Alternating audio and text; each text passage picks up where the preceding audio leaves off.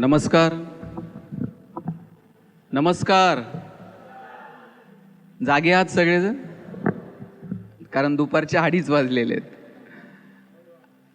आणि मला जाणीव आहे की तुम्ही सकाळी जवळजवळ 9:30 वाजल्यापासून इथं बसलेले आहात. किती? 9. आणि मला याचीही जाणीव आहे की तुम्ही 5 वाजेपर्यंत उठणार नाही. काळजी करू नका, मी तुमचा जास्त वेळ घेणार नाही. पण एका छानशा अशा कार्यक्रमाला आपण मला निमंत्रित केलं. आदरणीय, कुठलं तरी बॅकग्राऊंडला म्युझिक चालू आहे का? बंद केलं तरी चालेल. खरं तर पद्मश्री कैलासवासी भाऊसाहेबजी वर्तक साहेब यांचा जन्मदिन हा आपण सगळेजण कृतज्ञता दिन म्हणून साजरा करतो. आणि हा कृतज्ञता दिन साजरा करत असताना ज्यांनी या शाळेसाठी योगदान दिलं अशा शिक्षकांचा बहुमान व्हायला हवा, त्यांचा सन्मान व्हायला हवा. त्या निमित्तानं आयोजित केलेल्या वेगवेगळ्या स्पर्धांमध्ये ज्यांना यश मिळालं त्यांचा सन्मान व्हायला हवा. एकंदरीतच आनंदात, उत्साहामध्ये आजचा हा कृतज्ञता दिन सोहळा आपण सगळेजण साजरा करत आहोत. या निमित्तानं तुमच्यासमोर बोलण्यासाठी मी उपस्थित आहे. या कार्यक्रमाला आवर्जून उपस्थित असणारे या संस्थेचे अध्यक्ष माननीय वर्तक साहेब, या नगरीचे नवनिर्वाचित महापौर, त्याचबरोबर व्यासपीठावर उपस्थित असणारे सर्व मान्यवर आणि समोर उपस्थित असणाऱ्या शिक्षक बंधू आणि भगिनींनो, पहिली गोष्ट मी सांगेल की मी तुम्हाला मार्गदर्शन करायला आलेलं नाही आहे. तुम्ही शिक्षक आहात. माझ्यापेक्षा वयानं, ज्ञानानं, अनुभवानं तुम्ही सगळी ज्येष्ठ मंडळी आहात. उगाच तुम्ही असंच वागा, तसं वागू नका, हे असलं काय सांगायच्या फंदात मी पडणार नाही. आणि माझा तो अधिकार आहे असंही मला वाटत नाही. खरं तर असंच मी भाषण करायला लागलो. आल्याबरोबर ताईंनी मला सांगितलं की मी तुम्हाला ऐकते हा रोज, आणि ताई तुमच्यासारखी माणसं कौतुक करायला लागली. आम्ही जमिनीवरच राहत नाही, आम्ही असे हवेत चालतो. आणि मी असं हवेतच एक दिवशी वडिलांना म्हटलं आता इथून पुढे मी भाषण करणार नाही. वडील म्हटले काय झालं? म्हटलं आपण बोलून बोलून जर लोक सुधारणार नसतील तर आपण का बोलायचं? वडील मला म्हटले ते समाज, लोक सुधारतील तेव्हा सुधारतील. ते बोलून बोलून तू एकटा जरी सुधारला ना, आमच्या दृष्टीने ते फार मोठं काम होईल. मला वाटतं ते परिवर्तनाची सुरुवात जग जेव्हा सुधारायचे तेव्हा सुधरेल, पण ती परिवर्तनाची सुरुवात आपल्यापासून होईल का, त्याचं आत्मचिंतन करण्यासाठी आज आपण एकत्र जमलेलो आहोत. तुम्हाला गरम होतंय का? होतंय? ओके, मग फॅन ठेवले तरी हरकत नाही. पण ते काय होतं, फॅनचा आवाज आला का तुमचा कमी होऊन जातो. तुमचा प्रतिसाद मला समजत नाही. मी सांगत होतो की या परिवर्तनाची सुरुवात आपल्यापासून करता येईल का? आणि या परिवर्तनाच्या चळवळीमध्ये सगळ्यात महत्त्वाची भूमिका जर कुणाची असेल ना, तर मला वाटतं ती शिक्षकाची. बाकी कुणीही चुकलं तरी चालतं, पण शिक्षकांना चुकून चालत नाही. एखादा डॉक्टर चुकला तर एखादा पेशंट जाईल, परत त्याच्याकडे कोण जायचं नाही. एखादा इंजिनियर चुकला तर एखादा पूल पडेल, त्याला ब्लॅकलिस्टमध्ये टाकतील, परत त्याला काम मिळायचं नाही. पण शिक्षक चुकला तर सातत्यानं पुढच्या पिढ्या चुकत राहतात. आणि म्हणून शिक्षकाला चुकण्याची मुभा नाही. आणि म्हणून समाज ज्या काही अपेक्षा व्यक्त करतो ते शिक्षकाकडनं अपेक्षा व्यक्त करतो. आणि माझा दावा आहे, आज महापौर साहेब आले, नगरसेवक साहेब आले आणि सगळे सांगत होते की आम्ही या शाळेचे विद्यार्थी आहोत. रिटायरमेंट नंतर ज्यांचे सत्कार झाले, सत्कार होत असताना सुद्धा वर्तक साहेब सांगत होते यांचे वडील इथे होत्या, या अंगणवाडी आमची जेव्हा सुरू झाली तेव्हापासून ह्या आहेत, माझ्या गाडीचं दार उघडायला सुद्धा हा होता. प्रत्येक माणसाची ओळख ना ओळख ते सांगत होते. तुम्ही 30 वर्ष 35 वर्ष, मी कोणाला तरी विचारलं, ताई 38 वर्ष इथं तुम्ही सगळ्यांनी किती सेवा इथे दिली. आणि आजही तुम्ही जेव्हा रिटायर व्हाल आणि कुठेतरी भाजी मंडईत उद्या परवा दिसाल भाजी घेताना, एखादा विद्यार्थी तुमचा IAS ऑफिसर असेल, तो असा लाल दिव्याच्या गाडीतून जाऊ दे, ते तुम्हाला बघितल्याबरोबर थांबताय, पायाला हात लावेल, मॅडम तुम्ही मला शिकवायला होता आता, सर तुम्ही मला शिकवायला होता आता. हे कुणाच्या वाट्याला येतं मला सांगा? किती गोड अनुभव आहे हा. मी नवीन जेव्हा स्वच्छता अभियान सुरू झालं ना, स्वच्छता अभियान जेव्हा महाराष्ट्र शासनानं सुरू केलं त्यावेळेस शासनानं हात धुवा मोहीम सुरू केली होती. आठवतंय? शाळेत मुलांना सांगितलं जायचं हात कसे धुवायचे, त्या स्टेप होत्या, त्या स्टेपनुसार तो हात धुवायचा. आणि हे अभियान राबवताना शासनानं सचिन तेंडुलकरला ब्रँड अँबॅसेडर केलं. आम्ही शाळेत जायचो, भित्तीपत्रकं चिटकून यायचो. स्वच्छतेचे 6 संदेश होते आणि ते 6 संदेश ती भित्तीपत्रकं अशी तिथे लावून यायची. आणि येताना आम्ही शिक्षकांना सांगायचो, ही फक्त मुलांकडनं पाठ करून घेऊ नका, त्याचबरोबरीनं मुलांनी स्वच्छ राहिलं पाहिजे यासाठी दक्षता घ्या. एक शिक्षिका होत्या, त्यांनी इतकं मनावर घेतलं, ते म्हणे हे नुसतं काय पाठ नाही करायचं, पोरं स्वच्छ राहिली पाहिजेत आणि हात जेवणाच्या अगोदर तर स्वच्छ हात धुतलाच पाहिजे. दुपारच्या सुट्टीमध्ये बाई अशा बादली आणून ठेवायच्या, चला रे रांगेत सगळ्यांनी हात धुवायचे, त्याच्याशिवाय जेवायचं नाही. सगळी मुलं हात धुवायला शिकली. एक पोरगं जरा उन्हाळ होतं, हातच धुवायचं नाही. बाई छडी घेऊन त्याच्या मागं हात धु, त्याच्याशिवाय जेवायचं नाही. इकडून तिकडून ते पोरगं हात धुवायला शिकलं आणि गडबड अशी झाली, ते हात धुवायचं आणि बाईंच्या पदराला येऊन हात पुसायचं. बाई म्हटलं मला कुठून सुचलं मी याला हात धुवायला शिकवलंय, सगळी साडी खराब करताय. बाई मुख्याध्यापकांकडे गेल्या आणि म्हणाल्या, सर तुमच्या सूचनेप्रमाणे आता सगळा वर्ग हात धुवायला शिकलाय, पण एक पोरगं काय हात धुत नाही. आता इकडून तिकडून मी त्याला हात धुवायला शिकवलंय खरं, पण ते हात धुत आहे आणि माझ्या पदराला येऊन हात पुसताय, सगळी साडी खराब करतो, ऐकतच नाही. सर म्हटले ठीक आहे, आपण उद्या त्याच्या आईला बोलू आणि त्याच्या आईकडे तक्रार करू. दुसऱ्या दिवशी त्याच्या आईला शाळेत बोलवलं आणि आईला विचारलं, का हो तुमचा मुलगा रोज स्वच्छ हात धुतो का? आई म्हटली, एरवी नव्हता धुत, पण 8 दिवस झाले मी बघते रोज स्वच्छ हात धुतो आणि मगच जेवायला बसतो. सरांनी विचारलं, हात धुतो आणि पुसतो कुठे? तिथे काही नॅपकिन, रुमाल, टॉवेल काय असतं का? आई म्हटली, कशाचं काय सर, ते तिथं रांजणावर हात धुत आहे, पळत पळत येत आहे आणि माझ्या पदराला हात पुसत आहे. मग विचारलं, आणखी काही बदल तुमच्या मुलात झालाय का? म्हणे आणखी एक बदल झालाय. मी शेतावर जायला निघाले की एरवी पदर असा कमरेला खोचून जायचे, आता ते मला म्हणते, आई पदर असा कमरेला खोचायचा नसतो, आमच्या बाई कशा पिन करून येतात तशी पिन करून शेतावर जायचं. एरवी माझे केस विस्कटलेले असायचे, कधीतरी मी आंबाडा बांधलेला असायचा, ते मला म्हणते, आई असा आंबाडा बिंबाडा नाही बांधायचा, आमच्या बाई कशा छान वेणीफणी करून येतात तशी वेणी करून शेतावर जायचं. तेव्हा ते मुख्याध्यापक त्या बाईंना म्हटले, बाई तुम्ही किती नशीबवान आहात, हे पोरगं घरी गेल्यानंतर त्याच्या आईमध्ये त्याच्या बाईंना बघतं आणि शाळेत आल्यानंतर त्याच्या बाईंमध्ये त्याच्या आईला बघतं. मला सांगा याच्यापेक्षा काय पवित्र असू शकतं बरं? याच्यापेक्षा पवित्र आणि याच्यापेक्षा चांगलं आनंद देणारं क्षेत्र कोणतं आहे? आणि आता तर पगारही बऱ्यापैकी झाले, म्हणजे 6व्या 7व्या वेतन आयोगानंतर पगारही चांगले आणि असलेच पाहिजेत, का असू नये? माझा तर दावा आहे, शिक्षकाला मजबूत पगार असला पाहिजे. आत्ता जे रिटायर झाले ना, आता तरुण मुलं मुली तुमच्यातले कोण शिक्षक असतील जे रिटायर झाले त्यांना विचारा त्यांच्या नोकऱ्या किती रुपयानं सुरू झाल्या. ताई तर मगाशी म्हटलं मी बीएड पण नव्हते, जॉईन करून घेतलं आणि मग सांगितलं बीएड. माझे वडील 2006ला मुख्याध्यापक म्हणून रिटायर झाले. रिटायरमेंटचा पगार काहीतरी 14-15 हजार रुपये होता. आता त्या वेतन आयोग लागू झालेला नव्हता.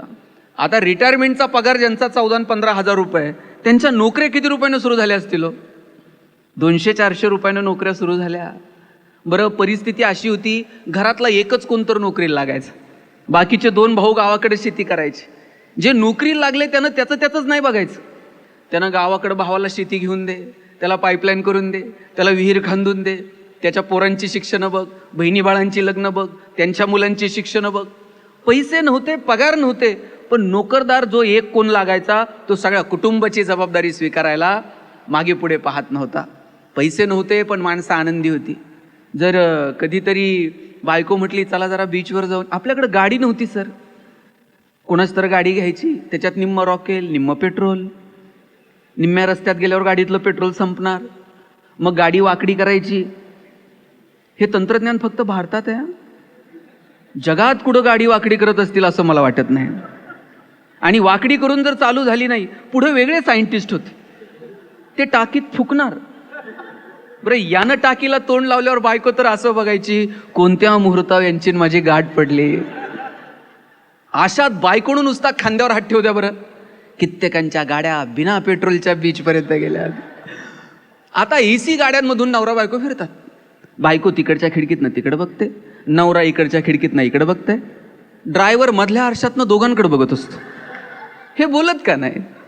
साधनं वाढत गेली, आनंद कुठे होरपळून गेला हे मात्र कळलं नाही. मला वाटतं या सगळ्या साधनांच्या बेरीज वजाबाकीमध्ये आपला आनंद होरपळून जाणार नाही. आपल्या आनंदाच्या जागा नेमक्या कोणत्या आहेत त्या आपल्याला शोधता आल्या पाहिजेत. तुम्ही ज्या प्रोफेशनमध्ये आहात त्याचा मनस्वी आनंद तुम्हाला घेता येतो का? वर्तमानामध्ये तुम्ही जगता का?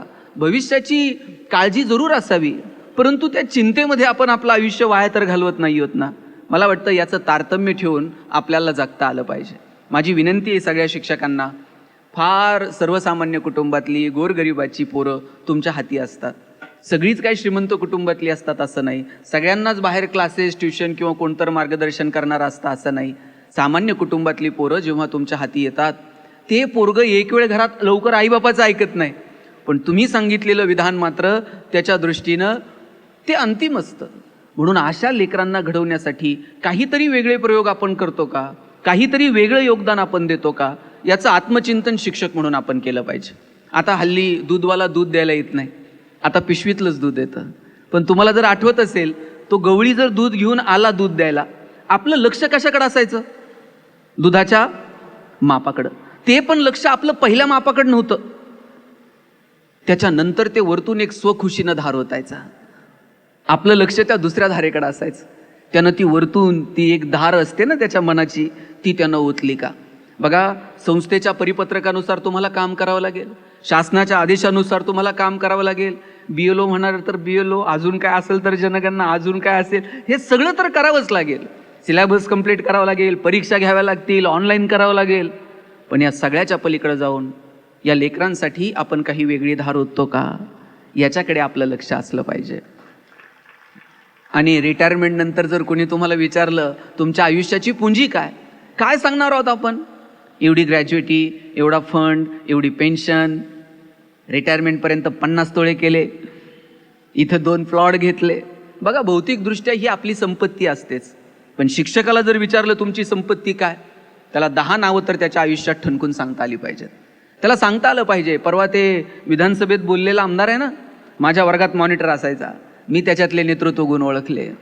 ते परवा रणजी खेळलेला पोरगा आहे ना, वर्गात खडूनच स्टंप आखून क्रिकेट खेळायचा, मी मैदानावर घेऊन गेले. ती इंडियन आयडल झालेली मुलगी आहे ना, छान राष्ट्रगीत म्हणायची, तेव्हाच तिचे सूर ओळखले. अशी 10 नावं तर आपल्याला आपल्या आयुष्यात सांगता येतील का, की ज्यांच्यासाठी आपली ओळख असेल? मला वाटतं त्या जडणघडणीसाठी प्रयत्न करा. ज्ञानाच्या बाबतीमध्ये सातत्यानं अपडेटेड राहता येईल का याचे प्रयत्न करा. किती प्रचंड कमालीनं ज्ञान, विज्ञान, तंत्रज्ञान बदलतंय, किती कमालीनं हा काळ बदलतोय.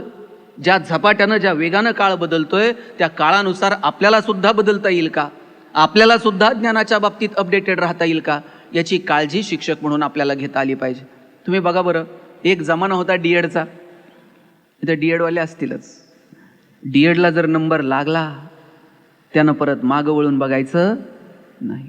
आणि त्यातल्या त्या दोघं नवरा बायको जर एखाद्या संस्थेवर चिटकले, काय करिअर होतो डीएडवाल्यांचं. आज डीएड कॉलेजेसची अवस्था काय? आज बहुतांशी डीएड कॉलेजेस बंद आहेत.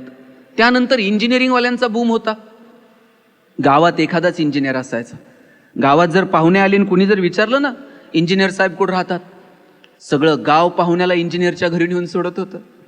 आता तुम्ही गावात जाऊन विचारा, इंजिनियर साहेब कुठं राहतात, ते म्हणते नाव सांग, प्रत्येक घरात 4 आहेत.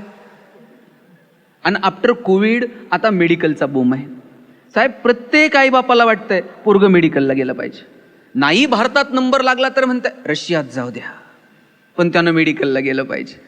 बरं, त्यांच्या डोक्यात असलं काय नाही बरं का, की याला जरा मॅथ्स फिजिक्स आवडतंय म्हणून यानं इंजिनिअरिंगला जावं, याला जरा बायोकेमिस्ट्री बरं वाटतंय म्हणून यानं असलं काय नाही. त्यांच्या डोक्यात एकच असतंय, पोरगा MBBS, पोरगी MBBS, दोघांचं हॉस्पिटल आणि नंतर मेहण्याला मेडिकल.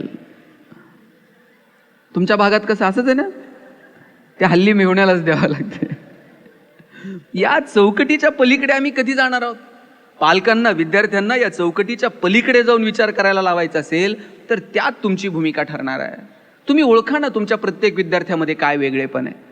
तुमच्या हातात असणारा प्रत्येक विद्यार्थी एकमेकापेक्षा वेगळा आहे.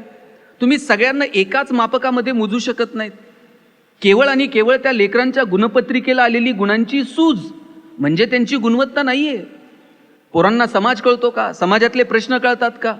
सताड उघडे डोळे ठेवून पोरं समाजाकडे पाहतात का?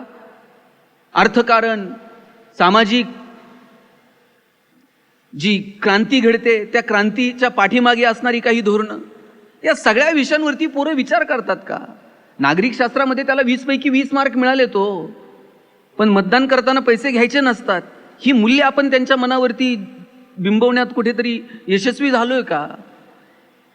तुमच्या हातातून आतापर्यंत 100 इंजिनियर पासआउट झाले असतील. त्याला कळतंय किती रुपयानं प्लॉट घ्यायचा, किती FSI, किती TDR लोड करायचा आणि किती रुपयानं ते विकायचं. पण पालिकेच्या रस्त्याचं काम सुरू असताना त्यातल्या एखाद्या तरी इंजिनियरला असं वाटतंय का, मी पालिकेच्या ज्युनियर इंजिनियरला जरा विचारेल, इस्टिमेट बघू, मला पण थोडं रस्त्यातलं कळतं.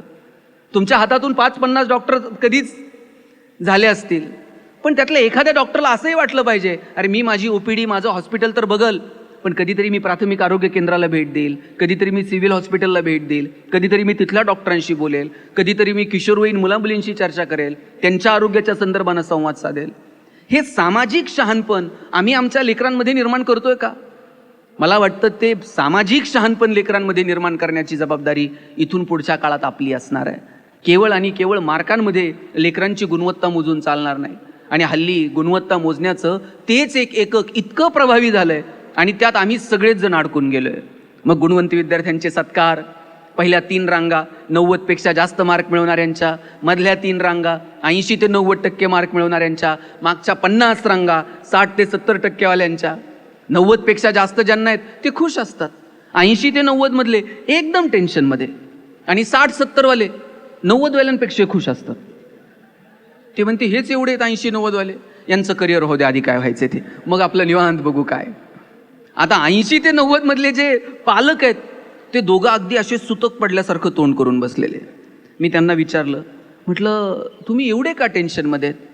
ते म्हटले पोरानं पार मथुरा पाण्यात घातले. म्हटलं झालं काय? 1 महिना आधी सांगत होतो त्यांना थोडासा जास्त अभ्यास करा, अजून थोडा अभ्यास केला असता 90च्या रांगेत बसलं असतं की नाही.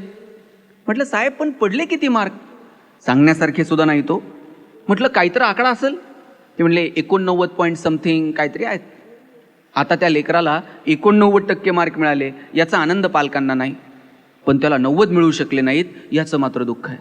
मग मी दोघा नवरा बायकोला विचारलं, तुम्हाला 10वीत किती होते? आणि दोघांच्या मार्काची बेरीज केली तरी 90 होत नव्हती.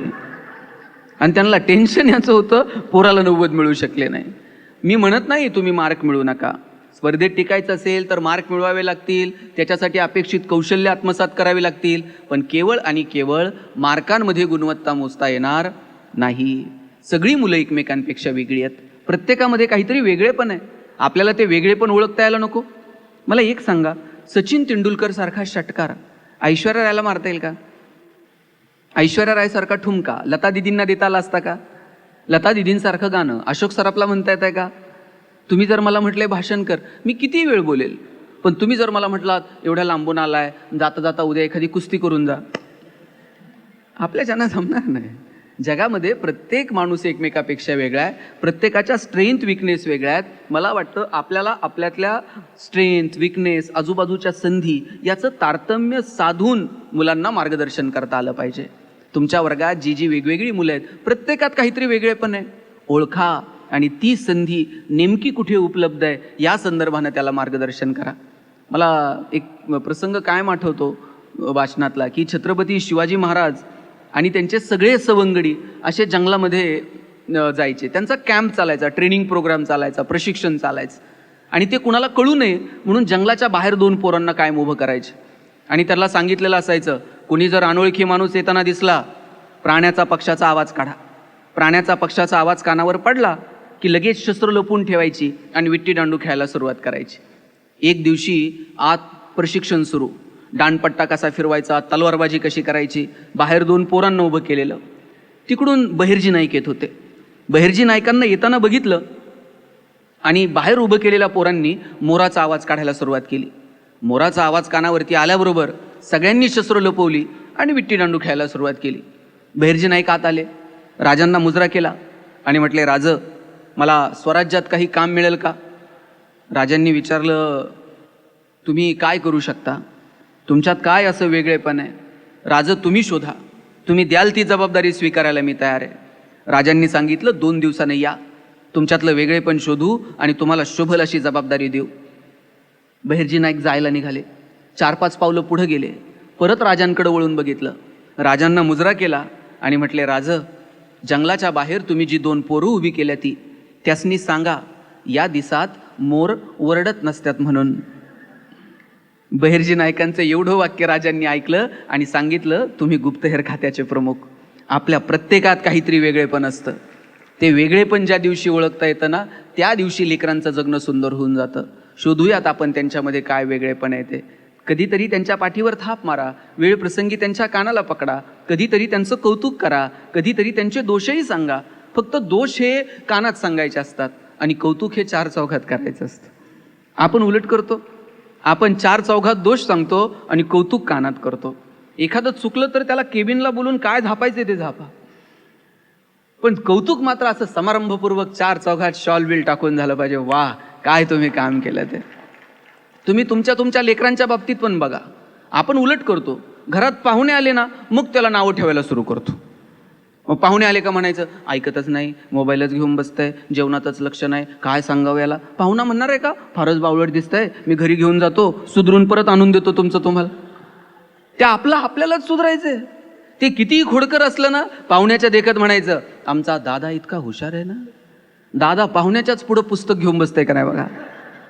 आणि तुम्ही पाहुण्याच्या देखत म्हणा, दादा बावळट आहे, ते बाहेर जात आहे, पाहुण्याच्या शूजमध्ये पाणी ओतत आहे, लेसला लेस बांधतंय. मग तुमची इज्जत घालवायची एक संधी दादा सोडत नाही. कौतुक हे 4 चौघात करायचं आणि दोष काय असतील ना, ते कानात सांगायचे. आपण सगळे वेगळे आहोत. आपल्याला आपल्यातलं वेगळेपण फक्त ओळखता आलं पाहिजे. मी जेव्हा पुण्यात आलो शिकायला, मी DY पाटील कॉलेजला MBA ला ॲडमिशन घेतलं आणि माझ्या सरांनी मला विचारलं, गणेश तुला MBA कशात करायचं. मी म्हटलं मला ह्युमन रिसोर्स मॅनेजमेंटमध्ये MBA करायचं. सर प्रत्येकाला विचारायचे. आमच्या वर्गात एक बोबडं बोलणारा पोरगं होतं. त्याला विचारलं, तुला MBA कशात करायचं. त्याला र म्हणता यायचं नाही, रला ल म्हणायचं. त्यानं सांगितलं मला मार्केटिंगमध्ये MBA करायचं. सर म्हटले, तुला नीट र बोलता येत नाही, तू मार्केटिंगमध्ये काय MBA करणार, तुझं बॅकग्राऊंड कॉमर्स आहे, तू फायनान्समध्ये MBA कर. पोरगं वर्गात उठून उभं राहिलं. म्हटलं, सल कलनाल तर मार्केटिंगमध्ये MBA कलनाल, नाही तर शिकणार नाही. म्हटलं, सर म्हणले, तुला काय करायचं ते कर. आपण परीक्षा घेऊयात आणि शोधूयात कुणामध्ये मार्केटिंगचं टॅलेंट आहे. मी म्हटलं ठीक आहे. आता परीक्षा काय घेतली, आम्हाला सगळ्यांना 100 रामायणाच्या प्रती दिल्या आणि सांगितल्या बाजारात जाऊन विकून यायच्या. ज्याच्या सगळ्यात जास्त प्रती विकल्या जातील आपण समजूया त्याच्यामध्ये मार्केटिंगचं टॅलेंट आहे, यानं मार्केटिंगमध्ये MBA करावं. आम्हाला वाटलं आम्ही बोलणारी पोरं 100 रामायणाच्या प्रती तर अशा बाजारात जाऊन विकून येऊ. 8 दिवस आम्ही बाजारात फिरलो. 9व्या दिवशी वर्गात आलो. सरांनी विचारलं, गणेश 100 पैकी किती प्रती गेल्या. म्हटलं 4. राहुल 8, संतोष 10. मार्क मिळवणारी पोरं पण 20 पेक्षा जास्त प्रती कोणाच्याच गेल्या नाही. बोबडं बोलणारं पोरगं मागच्या बाकावर बसायचं. त्याला विचारलं, तुझ्या किती गेल्या रे. म्हणला, सल 100च्या 100 प्रती विकून आलो. म्हटलं, सर म्हटले, हे केलं काय, मार्केटिंगची कोणती स्ट्रॅटेजी, कोणतं रेफरन्स बुक. म्हणला, काहीच नाही, मी लोकांच्या दालात द्यायचो, बेल दाबायचो, लोक बाहेर यायची, लोक बाहेर आली की समोर लामायण ठेवायचो आणि सांगायचो, हे लामायण विकत घेता का वाचून दाखवू. लोक म्हणायची, वाचून नको दाखवू, तुझं रामायण विकत घेतो. आता बोबडं बोलणं विकनेस आहे का स्ट्रेंथ आहे. दाबून ठेवला असता तर स्ट्रेंथ ठरला असता का. आपण सगळे एकमेकांपेक्षा वेगळे आहोत. आपल्या लेकरांमधलं वेगळे पण ओळखा, त्यांना मोटिवेट करा. आपण त्यांना सांगून बसलेलो आहोत, खूप मार्क मिळाले की सायन्सला जायचं, सायन्सला गेल्याशिवाय करिअर नाही. थोडे कमी पडले की कॉमर्सला जायचं आणि सायन्सलाही नंबर लागला नाही आणि कॉमर्सलाही लागला नाही की मग शब्बास. कॉलेजच्या दारात जर उभं राहिलं ना, पोरगं येताना दिसलं तर कळतंय कोणत्या साईटला असेल ते. असं इन बिन करून चष्मा विष्मा घालून आलं का समजायचं, असं पावलं मोजत मोजत हिशोब करत आलं का समजायचं, आणि असलं वही वी फिरवीत शिट्टी वाजवत आलं. ठरवून घेतलंय आमचं आम्ही कधी या चौकटी मोडणार आहोत. कोणत्याही क्षेत्रात जा, कॉमर्सला जा, आर्ट्समध्ये जा, सायन्सला तुलनेमध्ये जरा जास्त संधी असतील, परंतु तुमच्या आवडीनिवडी, तुमच्या स्ट्रेंथ विकनेस बघून करिअरच्या संधी आम्हाला आमच्या लेकरांना सांगता येतील का? माझी पुन्हा पुन्हा विनंती आहे, मुलांना थोडीशी मोठी स्वप्न बघायला सांगा. का आपल्या पोरांनी उद्योगात यायचं नाही? का आपल्या पोरांनी व्यवसायात यायचं नाही? का आपल्या पोरांनी राजकारण, समाजकारण, कला, क्रीडा, साहित्य, व्यापार अशा वेगवेगळ्या विषयांना स्पर्श करायचा नाही? मला दादा सांगत होते 46ला ही संस्था सुरू केली हो. काय लोकांची दूरदृष्टी होती. 42 साली ही संस्था सुरू झाली. आणि मगाशी महापौर साहेब मला म्हणत होते की ज्यावेळेस लोक कारखानदारीच्या मागे होती, ज्यावेळेस लोक काहीतरी वेगळे प्रयोग करण्याच्या मागे होती, त्यावेळेस या माणसांनी शिक्षण संस्था सुरू केल्या. टेक्निकल सगळे इन्स्टिट्यूट वसई विरार भागामध्ये सुरू झाले. आणि म्हणून त्यांनी पुढेही सांगितलं, म्हणून आमचा कोणताही एखादा माणूस तुम्हाला कुठेतरी वेगळं काही करताना दिसणार नाही.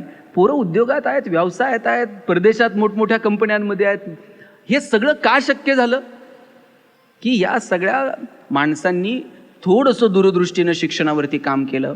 सर्वसामान्य कुटुंबातल्या पोराला हे टेक्निकल नॉलेज मिळालं पाहिजे, त्याच्यापर्यंत हे छोटे छोटे कोर्सेस जाऊन पोहोचले पाहिजेत, त्याच्या दारापर्यंत शिक्षणाची गंगा पोहोचली पाहिजे, याच्यासाठी या मंडळींनी काम केलं. आणि म्हणून हे सगळे दिवस तुम्हाला बघायला मिळाले.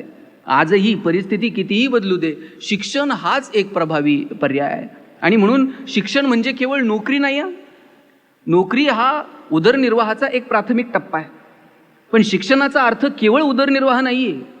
त्याच्या पलीकडे जाऊन आमचं जगणं समृद्ध व्हावं, सुंदर व्हावं, याच्यासाठी आम्ही शिक्षणाच्या माध्यमातून काही वेगळे प्रयोग करत आहोत का? का आमच्या पोरांनी मोठी स्वप्न बघायची नाही? का उद्योगात, व्यवसायात, व्यापारात यायचं नाही? साहेब, मी आत्ता काही महिन्यांपूर्वी दुबईला गेलो होतो व्याख्यानाला. तिथल्या मराठी मंडळानं ते आयोजित केलं होतं. मी जेव्हा तिथे गेलो, तिथं एका ज्या ठिकाणी थांबलो होतो तिथं मला 2 पोरं घ्यायला आली, संयोजन समितीतली. काळ्या रंगाची पॅन्ट, पांढरा शर्ट, पायात चप्पल. आणि मी गप्पा मारत मारत जेव्हा निघालो, हॉटेलच्या बाहेर दोघांच्या अशा 2-2, 5-5 कोटी रुपयाच्या गाड्या तिथे लागलेल्या. गाडीत बसून आम्ही जेव्हा चर्चा, मी म्हटलं तुम्ही करता काय रे इथे? ते म्हणले आम्ही नोकरी शोधत आलतो. आणि म्हटलं मग आता आता आता आमची दोघांची इथं सोन्याची दुकानं आहेत म्हटले. चांगली आटपाडीतली पोरं होती, माने आडनावाची. दुबईत जाऊन नोकरी शोधायला गेलेल्या पोरांनी तिथं आता सोन्याची दुकानं टाकली आहेत, मजबूत व्यवसायामध्ये काम करतात. का आमच्या पोरांना सांगायचं नाही की तू उद्योगात ये, व्यवसायात ये? आमच्या डोक्यात एकच आहे, नोकरी कर, नोकरी कर. आता तुम्ही पोरंही हल्ली असली आणि पोरांच्या मनावर तर असं बिंबवलंय, नोकरी कर नाहीतर तुझं लग्न पण होत नाही. आणि पोरं हल्ली अशी हुशार झालेत, लग्न जमेपर्यंतच नोकरी करते. आमच्याकडे तर एक जण आहे, म्हणजे काय इतकी वाईट अवस्था आहे. आमच्याकडे एक बाग आहे आणि त्या बागेमध्ये 1 क्लर्कची जागा भरायची होती. आता एका क्लर्कच्या जागेसाठी 1000 पोरांनी ॲप्लिकेशन केलं. आता जागा एक आहे म्हटल्यानंतर किती जणांना नोकरी मिळेल? एकालाच मिळणार आहे, बाकीचे 999 घरी जाणार आहेत. एका पोराचं सिलेक्शन झालं, त्याला अपॉइंटमेंट लेटर साईन करून मिळणार. त्याच वेळेला बागेतला शिपाई पळत आला आणि म्हटला काही करा पण याला नोकरी देऊ नका. म्हटले काय झालं? म्हणले बागेतलं गोरीला माकड मेलंय. आता गोरीलाच जर नसेल तर लोक कशी येतील? लोक आली नाही तर याचा पगार करायचा कशातनं? काही करा पण याला नोकरी देऊ नका.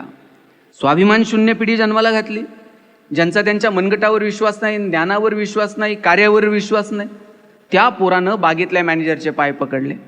म्हणला साहेब मी पडल ते काम करल पण नोकरी द्याव. बागेतला मॅनेजर म्हणला पाय सोड, तुला नोकरी क्लर्कची देतो, फॅसिलिटीज क्लर्कच्या देतो, पण जोपर्यंत बागेत गोरीला येत नाही तोपर्यंत तुला काम मात्र गोरीलाचं करावं लागेल. पोरगा म्हणला पगार आहे ना. आणि मग गोरीला तर गोरीला. रोज यायचा, गोरीलाचे कपडे घालायचा आणि पिंजऱ्यात जाऊन उभा राहायचं. लोक यायची, शेंगा बिंगा खायला घालायची. म्हणला मजा आहे, पगार चालू आहे, डेली अलाउन्स पण सुरू आहे. एक दिवशी कॉलेजच्या पोरापोरींची ट्रिप आली आणि कॉलेजच्या मुलामुलींकडे बघून हे जोरजोरात उड्या मारायला लागलं. आणि उड्या मारता मारता चुकून वाघाच्या पिंजऱ्यात जाऊन पडलं. आता वाघाच्या पिंजऱ्यात पडल्यावर म्हटला नोकरी गेली तरी चालेल पण जीव वाचला पाहिजे. जीव वाचावा म्हणून हे जोरजोरात ओरडायला लागलं. याच्या आवाजानं झोपलेला वाघ जागा झाला, चवतळून याच्या अंगावर धावून आला आणि हातावर हात ठेवून म्हटला ओरडू नको नाही तर दोघांची नोकरी जाईन. नंतर कळलं गोरिलाच्या भूमिकेत BSc झालेलं होतं, वाघाच्या भूमिकेत MSc झालेलं होतं. शिक्षणातनं आम्ही स्वाभिमानी होणं अपेक्षित आहे का स्वाभिमान शून्य होणं अपेक्षित आहे? शिक्षणातनं आम्ही स्वाभिमानी होणं अपेक्षित आहे. मग हा स्वाभिमान मुलांच्या मनामध्ये रुजवावा यासाठी आपण काय किती प्रयोगशील आहोत, यासाठी आपण कोणत्या माध्यमांचा वापर करतो. अरे असं शिकवलं पाहिजे ना, शिकवणाऱ्यानं भूगोल शिकवताय ना, पोरांच्या डोळ्यासमोर असे अक्षांश आणि रेखांश उभे राहिले पाहिजेत. गणित सोडवताय ना, पोरांच्या नजरेसमोर असे आकडे खेळले पाहिजेत. मराठीचा धडा शिकवताय ना, त्या लेखकासोबत पोरांची मैत्री झाली पाहिजे. इतिहास शिकवताय, इतिहासातल्या पात्रांसोबत त्यांनी संवाद साधला पाहिजे. लॅबोरेटरीमध्ये घेऊन जाताय आणि पोरांना प्रयोग करायला सांगतायत, त्या सायंटिस्ट सोबत लेकरांनी गप्पा मारल्या पाहिजेत. इतकं एकरूप तुम्ही त्या अभ्यासासोबत झालं पाहिजे. पण जिथे निवळ फॉर्मॅलिटी असतील, चला चला चला चला उरका उरका उरका उरका, पेपर जवळ आले, मग पोरांनी पण रात्र रात्र जागायचं, मग त्यांनी तुमच्या मागं लागायचं, IMP क्वेश्चन सांगा. मग तुम्ही मागचे 10 वर्षाचे क्वेश्चन पेपर चाळायचे, हे सातत्यानं रिपीट झालेलं जरा बघ. सगळी मार्कांची बेरीज वजा बाकी, त्याचा आनंद आम्ही घेतो का? सगळंच कसं मार्कांसाठी असेल? इतिहास मार्कांसाठी, भूगोल मार्कांसाठी, इतिहासातली पात्र सुद्धा मार्कांसाठी. शिवाजी महाराज 4 मार्काला, संभाजी महाराज 5 मार्काला. तुकाराम महाराजांचा अभंग तर अवघड आहे म्हणले, ऑप्शनला टाकू, त्याच्याऐवजी दुसरं काहीतरी वाचू. परवा 10वीतला एक मुलगा मला विचारत होता, सर या वर्षी मराठीच्या पेपरला ज्ञानदेव पडणार आहेत का तुकाराम पडणार आहेत? अरे म्हटलं हे पडतील कसे, ज्यांनी महाराष्ट्र उभा केला? सगळं कसं मार्कांसाठी असेल? जर असं मार्कांच्या पलीकडे तुम्ही गेलं पाहिजे आणि त्या शिक्षणाचा मना